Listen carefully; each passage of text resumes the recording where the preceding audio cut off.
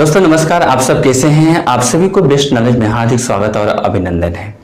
दोस्तों हम लोग आज इस टॉपिक में सीखने वाले हैं बहुत जबरदस्त रूल, यानी कि कोई भी इंग्लिश सेंटेंस, दुनिया का कोई भी इंग्लिश सेंटेंस हो, यानी कि 12 टेंस के भीतर कोई भी टेंस में किसी भी कोई भी सेंटेंस यदि एग्जाम में आए कि negative interrogative question words and negative question tag question, यानी कि 7 तरह का सेंटेंस, यानी कि you will be taught 7 kinds of sentences, यानी कि एक सेंटेंस से आप लोग 7 तरह का 7 तरह का सेंटेंस आप लोग सीखने वाले हैं।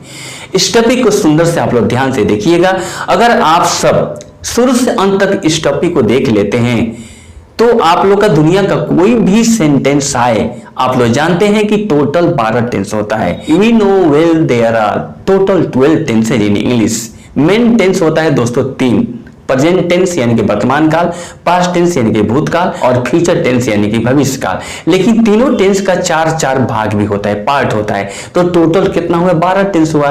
तो 12 टेंस में अगर मैं एक सेंटेंस से ही आप लोग का बताऊंगा कि ताकि आप लोग का दुनिया का कोई भी सेंटेंस अगर आए तो आप लोग आसानी से आप लोग बना पाइएगा।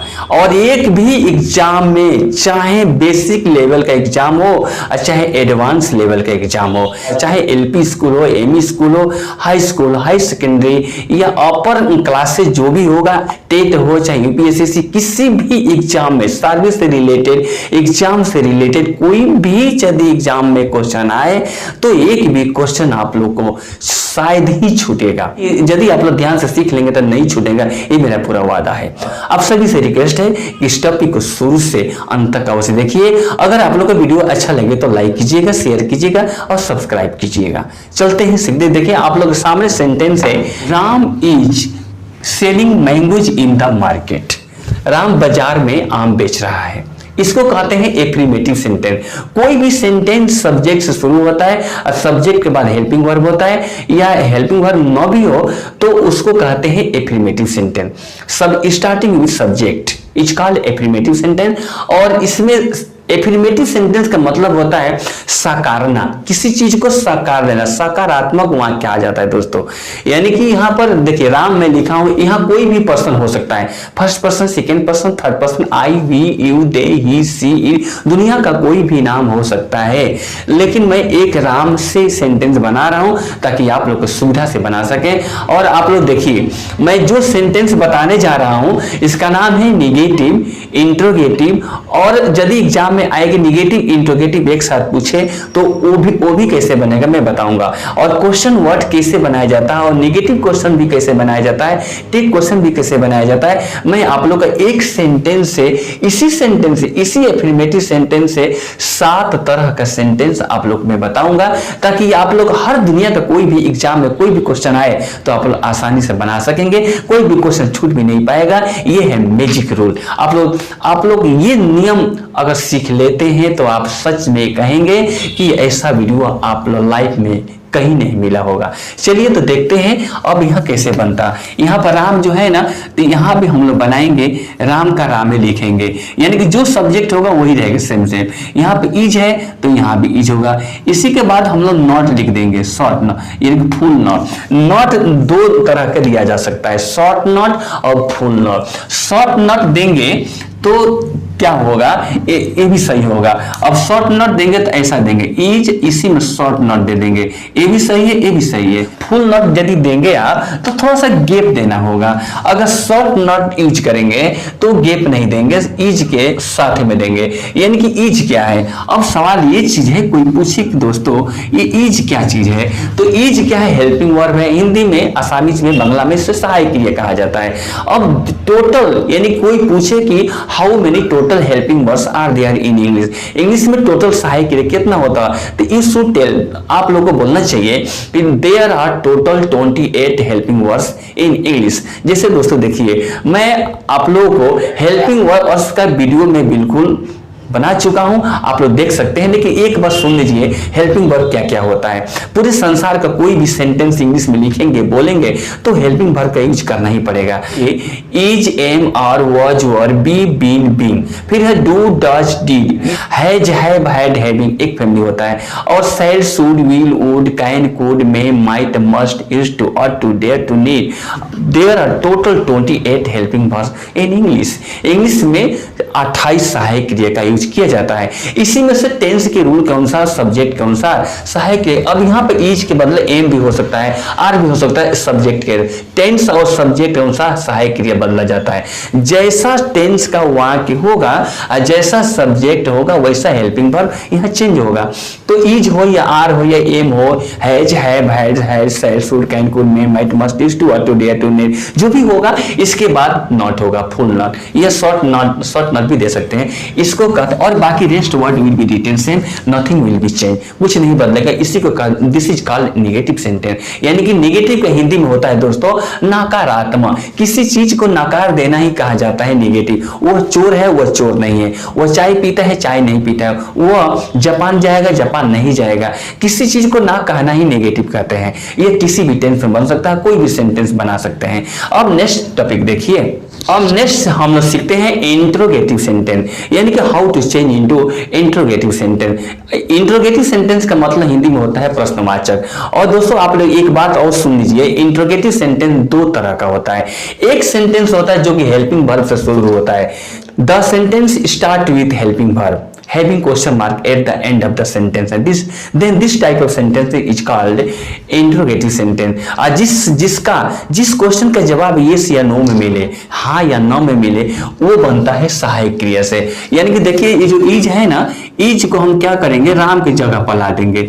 यानी कि राइट से लेफ्ट आ गया और ये जो राम है ये लेफ्ट से राइट चला जाएगा, यानी कि जगह को बदल देंगे। यानी कि राइट साइड से लेफ्ट, ये लेफ्ट साइड से राइट। पूरा दुनिया का कोई भी टेंस में इंट्रोगेटिव बनाना पड़े आप लोग का, कोई भी सहायक क्रिया हो, बस यही रूल होगा।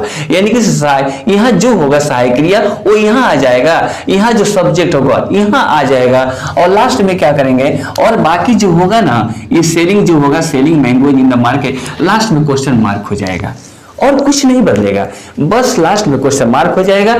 और यहां पर क्या करेंगे, और आप अब क्या करेंगे, इसको हम हिंदी में बोलेंगे, क्या राम बाजार में आम बेच रहा है। जिस सवाल का जवाब हाँ या ना, यस या नो में मिले, उसी को कहते हैं दोस्तों इंट्रोगेटिव सेंटेंस। हिंदी में, बांग्ला, आसामी में बोलते हैं प्रश्नवाचक वाक्य। इसी तरह कोई भी सेंटेंस बनेगा, सभी का रूल एक ही होगा। ठीक है, अब चलते हैं नेक्स्ट। अब क्या करेंगे, अब यदि एग्जाम में निगेटिव और इंट्रोगेटिव एक साथ आ जाए, निगेटिव इंट्रोगेटिव दोनों एक साथ पूछे, change into negative and interrogative sentence, then how will be change into negative and interrogative. दोस्तों ध्यान से देखिए कैसे बदलेंगे, बस रूल वही होगा, सहायक क्रिया पहले होगा। और एक बात और जान लीजिएगा, first letter is always written with capital letter. पहला, दुनिया में कोई भी इंग्लिश सेंटेंस अगर लिखते हैं तो पहला अक्षर लेटर इंग्लिश में कहा जाता है, हिंदी में अक्षर कहा जाता है, उसको कैपिटल देंगे, स्मॉल नहीं देंगे। और बाकी बीच में होता है स्मॉल लेटर। केवल किसी का नाम का पहला अक्षर कैपिटल होता है, चाहे व्यक्ति का नाम हो, वस्तु का नाम हो, जगह का नाम हो, कहीं भी लिखेंगे फर्स्ट में, बीच में, लास्ट में, तो कैपिटल देना ही पड़ेगा। केवल नाम, प्रॉपर नाउन, व्यक्तिवाचक संज्ञा को लिखा जाता है कैपिटल, लेकिन ऐसे केवल फर्स्ट लेटर लिखा जाता है। ठीक है, इसके बाद अब यहां पर हम शॉर्ट नोट भी दे सकते हैं। Short note is not Ram selling mango in the market. और बाकी rest word will be written same, nothing will be change except it. इसके बदले और कुछ नहीं बदलेगा। अब इसको हम चाहते हैं कि ऐसा बनाए, तो यदि शॉर्ट नोट नहीं देंगे, फुल नोट देना चाहते हैं, तो इज राम के बाद, अब राम के बाद नोट देना पड़ेगा। अगर if you want to give full note, then after subject, subject के बाद नोट देना पड़ेगा। अगर शॉर्ट नोट देना चाहेंगे तो सब्जेक्ट के पहले देंगे, हेल्पिंग वर्ब के साथ शॉर्ट नोट देना पड़ेगा। ये दोनों सही होगा। ठीक है, अब इसका हिंदी होगा, क्या राम बाजार में आम नहीं बेच रहा है। ये दोनों क्वेश्चन भी हो गया और निगेटिव भी हो गया। क्वेश्चन निगेटिव दोनों दोस्तों एक साथ आ गया। अब सवाल ये है, क्या राम बाजार में आम नहीं बेच रहा है। ये जैसा टेंस होगा वैसा अंत में रहा रही। देखिए ये सेंटेंस यदि कोई पूछे कि किस टेंस से बिलोंग करता है तो आप बोलिएगा ये प्रेजेंट कंटिन्यूअस टेंस है। 12 टेंस में दूसरा नंबर टेंस है जिसका प्रेजेंट का दूसरा नंबर प्रेजेंट कंटिन्यूअस टेंस कहा जाता है। इसके अंत में रहा रही होता है। किसी भी हिंदी वाक्य के अंत में अगर रहा है, रहे हैं, रही से समाप्त होता है, then this type of all sentences will be called in T2 यानी कि प्रेजेंट कंटिन्यूअस टेंस। ठीक है, तो आप लोग ध्यान से देखिए और क्वेश्चन मार्क यहां भी लास्ट में होगा। और चलते हैं आप क्वेश्चन बनाते हैं। आस्क क्वेश्चन को आस्क क्वेश्चन भी नाम बोलते हैं और WH फैमिली के नाम से जानते हैं। यानी कि interrogative sentence is two kinds. Interrogative sentence दो तरह का होता है। एक सेंटेंस वह होता है जो कि हेल्पिंग वर्ब से स्टार्ट होता है, जो कि यहां हुआ है, और दूसरा वह होता है जो कि WH फैमिली से स्टार्ट होता है। पूरे total there are 9 WH family. What, where, when, why, which, whose, whom, how, who, यानी कि 9 क्वेश्चन वर्ड्स होता है। 9 there are total 9 question words in English. संसार में कोई भी आप किसी भी व्यक्ति से सवाल करते हैं ना, अगर एग्जाम में कोई भी पेपर क्वेश्चन आता है तो इसी 9 के भीतर ही होगा कि तो व्हाट होगा, वेयर होगा, व्हेन होगा, व्हाई होगा, व्हिच होगा, हुज होगा, होम होगा, हाउ होगा, हु होगा, कोई ना कोई एक इसी में से ना होगा। तो इसी से क्वेश्चन बनाते हैं। तो अब हम क्वेश्चन कैसे बनाएंगे।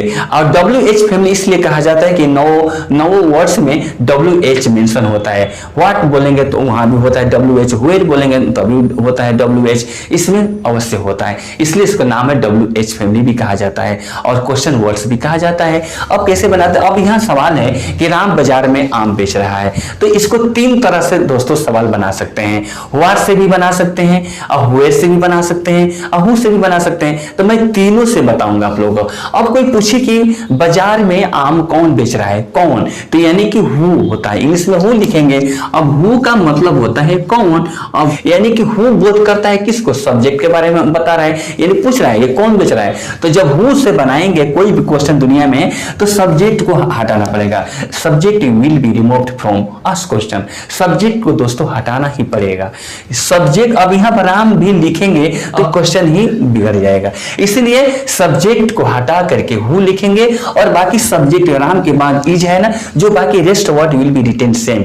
Nothing word, no word will be change, nothing will be change, कुछ भी नहीं बदलेगा एक्सेप्ट ओनली हु को छोड़कर कुछ बदलेगा ही नहीं। यानी कि इज वही रहेगा, हु इज सेलिंग, सेलिंग वही रहेगा, मैंगोज वही, इन द मार्केट वही रहेगा, और लास्ट में क्वेश्चन मार्क होगा। यानी कि आम कौन बेच रहा है, बाजार में आम कौन बेच रहा है, ये हो गया क्वेश्चन। अब दूसरा चाहते हैं कि राम बाजार में क्या बेच रहा है। कोई पूछेगा राम भैया ये बताइए कि राम बाजार में क्या बेच रहा है, यानी कि आप क्या बेच रहे हो बाजार में, क्या क्या क्या होता है, व्हाट के इंग्लिश में क्या होता है, इसको इंग्लिश में व्हाट लिखेंगे, WHAT, व्हाट मतलब क्या होता है। अब व्हाट के बाद और ये भी बात आप लोग जान लीजिएगा, यानी कि कोई भी क्वेश्चन वर्ड बनाना हो W से, इसके बाद टेंस और सब्जेक्ट के अनुसार हेल्पिंग वर्ब यहां देना पड़ेगा।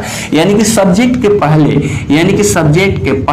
ये है सब्जेक्ट, राम है सब्जेक्ट है, इसके पहले हेल्पिंग वर्ब आपको देना पड़ेगा टेंस और सब्जेक्ट के नियम के अनुसार। Is, am, are, was, were, has, have, had, said, should, can, could, may, might, जो भी सहायक क्रिया होगा इसके पहले होगा, इसके बाद नहीं होगा। What is Ram selling in the market, Ram बाजार में क्या बेच रहा है। अब यहां से मैंगोज को हटाना पड़ेगा, क्योंकि आप मैंगोज के बारे में ही सवाल कर रहे हैं कि बाजार में राम क्या बेच रहा है, तो क्या का मतलब क्या होता है, आम। तो जिसके बारे में पूछेंगे उस शब्द को यहां से हटाना पड़ेगा। अगर आम को भी लिखते हैं, मैंगोज को भी लिख देते हैं, तो इस क्वेश्चन का मजा ही बिगड़ जाएगा, क्वेश्चन ही नहीं रहेगा। इसलिए जिसके बारे में पूछा जाता है ना उसको हटा दिया जाता है। ध्यान से सुनिएगा दोस्तों। यदि वीडियो आप लोग अच्छा लगे तो लाइक कीजिएगा, शेयर कीजिएगा, सब्सक्राइब अवश्य कीजिएगा। दोस्तों आप सबको मैं इसी तरह का वीडियो में आप लोगों को लाऊंगा। मैं आप लोगों को मैं एक बात और बोल दूं कि मेरा वीडियो केवल ग्रामर ही नहीं होता है, पॉलिटिकल साइंस भी होता है, सोशल साइंस भी होता है, और मैं और भी वीडियो बहुत बताऊंगा। मैं इसी तरह से समझाऊंगा ताकि आप लोग का मैजिक जादू जैसा नियम होगा। एक बार अगर सच में ध्यान से देख लिए वीडियो को शुरू अंत तक ना, आपको लाइफ में कभी स्कूल, कभी कोचिंग, कभी ट्यूशन जाने का आपका नौबत नहीं आएगा। आप यदि गरीब हैं, आप गरीब हैं तो आपको पैसा देने का कहीं भी किसी ट्यूशन में जरूरत नहीं है। ये मेरा वीडियो आप देख करके एक बार, दो बार, तीन बार देखिए, रिपीट करके देखिए, आप इसको समझ जाइएगा। और ऐसा आप लोगों को विश्वास है कि आप लोग अवश्य समझते ही होंगे और समझेंगे। अगर अच्छा हुआ तो लाइक भी कीजिएगा और सब्सक्राइब भी कीजिएगा। चलते हैं, सीखते हैं, फिर शुरू करते हैं। यानी कि WH फैमिली के बाद क्या करते हैं, हेल्पिंग वर्ब होगा। हेल्पिंग वर्ब के बाद क्या आएगा, सब्जेक्ट आएगा, और सब्जेक्ट के बाद क्या आएगा, मेन वर्ब आएगा। यानी कि सेलिंग हो, जो होगा वो होगा। लास्ट में क्वेश्चन मार्क देंगे। What is Ram selling in the market, बाजार में राम क्या बेच रहा है।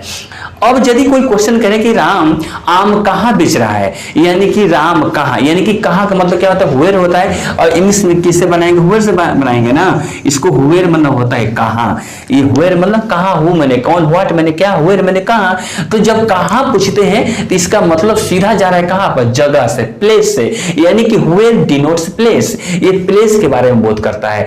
तो जिसके बारे में बोध करता है उसको हटाना ही पड़ेगा ना, उसको हटा देंगे। यानी कि हुएर के बाद तो इज तो रहेगा सहायक क्रिया, और राम तो रहेगा सब्जेक्ट, और हुएर इज राम सेलिंग, कि हुएर इज राम सेलिंग मैंगोज। यानी कि यहाँ पर आम तो लिखेंगे, मैंगोज लिखना पड़ेगा, मैंगोज।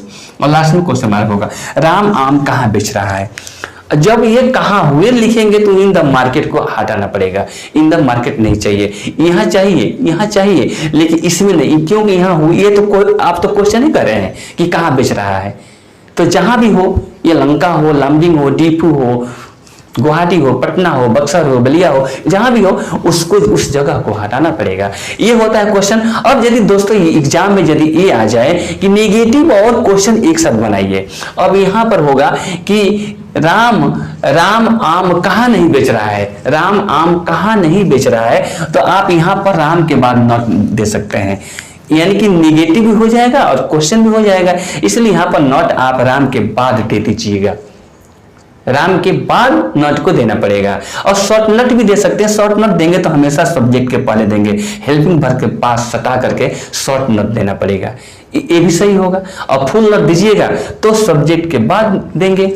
अब चलते हैं, सीखते हैं दोस्तों टेक क्वेश्चन कैसे बनाते हैं। अब यहाँ पर देखिएगा टेक क्वेश्चन क्या होता है दोस्तों। आस्क क्वेश्चन का मान लीजिए छोटा भाई है, यानी कि किसी के बारे में पूछेंगे, वो एक डॉक्टर है, तो आप शायद अच्छा से नहीं समझे, बोलेंगे हाय ने किया, वो डॉक्टर है, हाय ने किया, वो चाय पीता है, हाय ने किया, राम डॉक्टर है ना, वो जापान जा रहा है ना, हाय ना जो कहेंगे उसी को कहते हैं टेक क्वेश्चन। कि राम भात खाता है, Ram it's rice, Ram it's rice यदि ये हो, राम भात खाता है न क्या, राम है न क्या, राम भात खाता है न क्या, राम भात खाता है ना, राम भात खाता है ना, ये भी सही है। राम भात खाता है न क्या, वह स्कूल जाएगा है न क्या, वह स्कूल जाएगा ना, वह स्कूल जाएगा ना, जो नॉन लास्ट में लगाएंगे उसी को कहते हैं टेक क्वेश्चन में। अब देखिए, अब how to change into tag question in English. English में कैसे बनाएंगे। अब इंग्लिश में दुनिया का कोई भी सेंटेंस हो, किसी भी टेंस का वाक्य हो, अगर आप चाहते हैं टेक क्वेश्चन बनाना तो एफर्मेटिव सेंटेंस जैसा रहेगा वैसे पहले आपको लिखना पड़ेगा। जैसा एफर्मेटिव सेंटेंस होगा वैसे पहले आपको लिखना पड़ेगा। तो क्या है यहाँ पर, राम इज सेलिंग, तो यहाँ राम इज सेलिंग जैसा रहेगा वो वैसा लिख लेंगे। और लास्ट में क्या करेंगे दोस्तों, कमा देंगे। अब यहाँ पर कमा दे देंगे, जैसा वहां का रहेगा वो ऐसा पहले लिख लेंगे, राम इज सेलिंग मैंगो। कमा देने के बाद यहाँ पर क्या है, हेल्पिंग वर्ब है ना, हेल्पिंग वर्ब इज है ना, जो भी हेल्पिंग वर्ब होगा उसको लिखेंगे, लेकिन स्मॉल से लिखेंगे। फर्स्ट लेटर हमेशा स्मॉल देना पड़ेगा। इसी के साथ क्या करेंगे दोस्तों, शॉर्ट नोट देंगे, शॉर्ट नोट, फुल नॉट नहीं देंगे। टेक क्वेश्चन में हमेशा शॉर्ट नोट दिया जाता है, इज नॉट।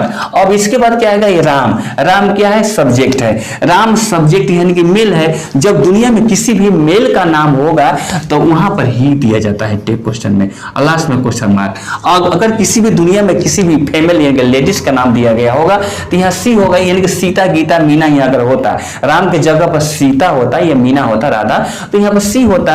अगर यहाँ प्लुरल नाम, मोर देन वन सब्जेक्ट, एक से ज्यादा यदि सब्जेक्ट होगा यहाँ पर, तो यहाँ जैसे मान लीजिए बॉयज आर है, बॉयज आर, टीचर्स आर, यदि ऐसा एक से ज्यादा नाम होता है तो यहाँ पर दे होगा, THY, दे देना पड़ेगा। अगर किसी वस्तु का नाम है सन, मून, ईयर, तो यहाँ पे ईट होगा, IT, ईट होगा। वस्तु का नाम रहेगा तो ईट होगा। मेल में किसी का नाम रहेगा तो ही होगा। फीमेल में किसी का नाम रहेगा तो सी होगा। अगर ऐसा कोई भी हो तो यहाँ I, we, you, they, I, we, you, they, he, she, it, 7 kinds of subject entire in the word। दुनिया में अगर 7 I, we, you, they, he, she, it, इसमें से कोई भी अगर यहाँ होता है तो I का I लिखेंगे, we का we लिखेंगे, you का you लिखेंगे, they का they लिखेंगे, he का he होगा, she का she होगा, it का it होगा, नो चेंज। लेकिन अगर किसी का नाम है मेल में तो he लिखना पड़ेगा, अगर फीमेल में है तो she लिखना पड़ेगा, अगर प्लूरल नंबर बहुवचन है तो यहाँ दे होगा, चाहे व्यक्ति हो, चाहे वस्तु हो, चाहे प्लेस, किसी का नाम हो, बहुवचन होना चाहिए, दे ही देना होगा। अगर किसी वस्तु का नाम है, दुनिया में कोई वस्तु जैसे sun, moon, year, sky, marker, pen हो, चेयर हो, बस हो, ट्रेन है, जहाज, कोई भी हो, तो वहाँ IT, ईट होगा।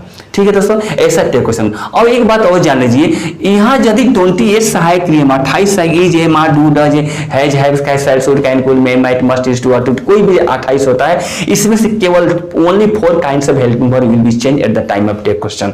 केवल 4 तरह का सहायक क्रिया को बदला जाता है। यदि यहाँ पर I am होता, I am, तो यहाँ पर इज नहीं होता दोस्तों, एम नहीं होगा, आर नॉट आई हो जाएगा। अगर I am a टीचर तो आर नॉट आई हो जाएगा। यदि यहाँ I shall go to Lanka तो यहाँ shan't I हो जाएगा। अगर I can do this work तो यहाँ पर can't I हो जाएगा। I will teach you, won't I हो जाएगा। अगर क्योंकि am का are not में चेंज किया जाता है, shall को shan't होता है, will का won't होता है, can का can't होता है, और बाकी no other helping verb will be changed in the question except am, shall, will, can. ये 4 को छोड़कर बाकी कोई भी सहायक क्रिया टेक क्वेश्चन में चेंज नहीं होता है। लेकिन एक बात है, ये कब बदलेगा? जब एफर्मेटिव रहेगा तब। वही यदि I am not a teacher हो तब आर नॉट नहीं होगा, आर नॉट तब तो एम आई होगा। अगर I am not a teacher, मैं शिक्षक नहीं हूं, तो कमा के बाद क्या होगा? एम आई होगा। अब एम का आर नहीं बनाएंगे। अगर I shall not go to school, मैं स्कूल नहीं जाऊंगा, तब यहां पर शैल आई होगा, शांत आई नहीं होगा। अगर एफर्मेटिव में होगा तब वो बदलेगा, अगर निगेटिव में होता है तब ये सहायक क्रिया नहीं बदलेगा। ये दोस्तों याद रखिएगा, ये दुनिया का किसी भी एग्जाम में काम आएगा। कोई यूपीएससी, कोई भी टेट परीक्षा हो, कोई एग्जाम का हो, जब का हो, कोई भी परीक्षा में ये काम आता है। ये टेट क्वेश्चन का मैं वीडियो बिल्कुल मैं बना चुका हूं, आप लोग देख सकते हैं ध्यान से। लेकिन यहाँ पर थोड़ा बहुत समझ लीजिए कि यहाँ पर केवल एम का आर नॉट आई, सेल का शांत आई, विल का वोंट आई और कैन का कांट आई, वो भी यदि एफर्मेटिव में हो तो इधर तब ये बदलेगा। यदि इधर का कोई भी सेंटेंस नॉट यहाँ दिया गया हो ना, तब यहाँ नॉट नहीं देंगे, इज ही होगा। अगर एक साइड नॉट नहीं है तो उधर नॉट होगा, अगर इधर नॉट है तो इधर दोस्तों नॉट नहीं होगा। Only one side will be use not. अगर एक तरफ है तो दूसरा तरफ नहीं होगा, अगर इधर नहीं है तो वहां होगा, वहां नहीं तो यहाँ तो रहेगा ही रहेगा। तो इसी तरह से टेक क्वेश्चन होता है। तो ये दोस्तों देखिए, आप लोग मैं 7 तरह का सेंटेंस आप लोग का एक सेंटेंस से कितना सेंटेंस बना सकते हैं, अगर ये किसी भी टेंस से बना सकते। और मैं आप लोग का यदि और भी देखिए 2 टेंस ऐसा है जिसका नाम है T1 T5, यानी कि सिंपल प्रेजेंट टेंस और सिंपल पास्ट टेंस। यानी कि इसका नाम है, एक का नाम है प्रेजेंट इंडेफिनिट टेंस और दूसरा का नाम है पास्ट इंडेफिनिट टेंस। ये 12 टेंस के अंदर 2 टेंस ऐसा होता है जिसमें हेल्पिंग वर्ब नहीं होता है, उसमें डू डज, यानी कि पहला टेंस में यानी कि प्रेजेंट इंडेफिनिट टेंस में यदि इस तरह का वहां के आपको बनाना पड़े तो सहायक क्रिया डू डज से आपको करना पड़ेगा। अगर सिंपल पास्ट टेंस में यदि नेगेटिव, इंट्रोगेटिव, आस्क क्वेश्चन आप चाहते हैं बनाना तो उसमें सहायक डिड का प्रयोग करना पड़ेगा। तो मैं आप लोग को इसमें सिखाऊंगा यदि, तो बहुत ही वीडियो दोस्तों लंबा हो सकता है, इसलिए आप लोग को मैं नेक्स्ट वीडियो में वो डू डज और डिड से भी कैसे बनता है आप लोग को विस्तार से बताऊंगा। आप लोग ध्यान से देखते रहिए और इस वीडियो को जहां तक गरीब बच्चों को, गरीब छात्रों को शेयर कीजिए ताकि हर गरीब बच्चे इस वीडियो को देखकर ही सीख सके, ताकि उनको ट्यूशन और कोचिंग में जाना ना पड़े, ताकि उनका पैसा सेफ हो। आज के बच्चे ऐसा नहीं है कि कोई पढ़ना नहीं चाहता होगा, लेकिन पैसा के अभाव में बहुत से बच्चे हैं कि अच्छा से पढ़ाई पढ़ नहीं सकते, सीख नहीं सकते हैं। इसलिए आपसे तो रिक्वेस्ट है, इस वीडियो को जहां तक हो सके शेयर कीजिएगा और लाइक कीजिएगा, सब्सक्राइब कीजिएगा। दोस्तों जय हिंद, जय भारत, वंदे मातरम। Thanks for watching this video.